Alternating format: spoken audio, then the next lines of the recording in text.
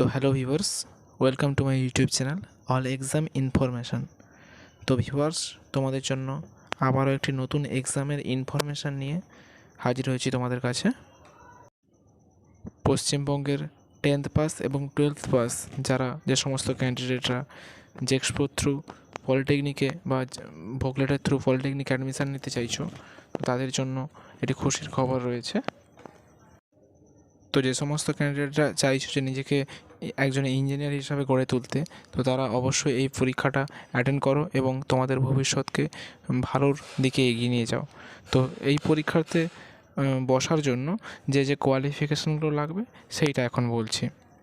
যে সমস্ত ক্যান্ডিডেটরা যে কোনো শাখা থেকে 35% মার্কস নিয়ে মাধ্যমিকে পাশ করেছো অথবা তার সমতুল্য যে পরীক্ষা রয়েছে তাতে পাশ করেছো, সে সমস্ত ক্যান্ডিডেটরা জেক্সপোর জন্য অ্যাপ্লিকেবল, অর্থাৎ জেক্সপো পরীক্ষা দিতে পারবে। অবশ্যই 12th যারা পাশ করে এসেছো তারাও দিতে পারো, কিন্তু তাদের মাধ্যমিকের নাম্বারটাই দেখাবে, অর্থাৎ মাধ্যমিকে 35% থাকলে তবেই তুমি অ্যাপ্লিকেবল হবে এই পরীক্ষার জন্য।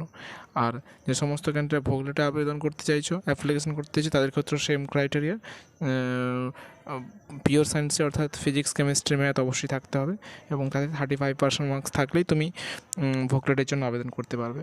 জেক্সপো থ্রু পলিটেকনিকে ফার্স্ট ইয়ারে অ্যাডমিশান নিতে পারবে এবং ভোকলেটের থ্রু পলিটেকনিকে সেকেন্ড ইয়ারের জন্য অ্যাডমিশান নিতে পারবে।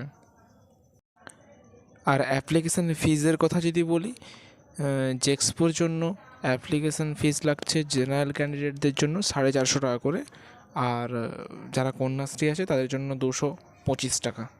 ঠিক আছে? তো যে সমস্ত ক্যান্ডিডেটরা অধীর আগ্রহে অপেক্ষা করেছিল এই পরীক্ষার দেওয়ার জন্য, অর্থাৎ এই পরীক্ষা অ্যাটেন্ড করার জন্য, তো সেই সমস্ত ক্যান্ডিডেটরা অবশ্যই ফর্মটা ফিল আপ করে ফেলো।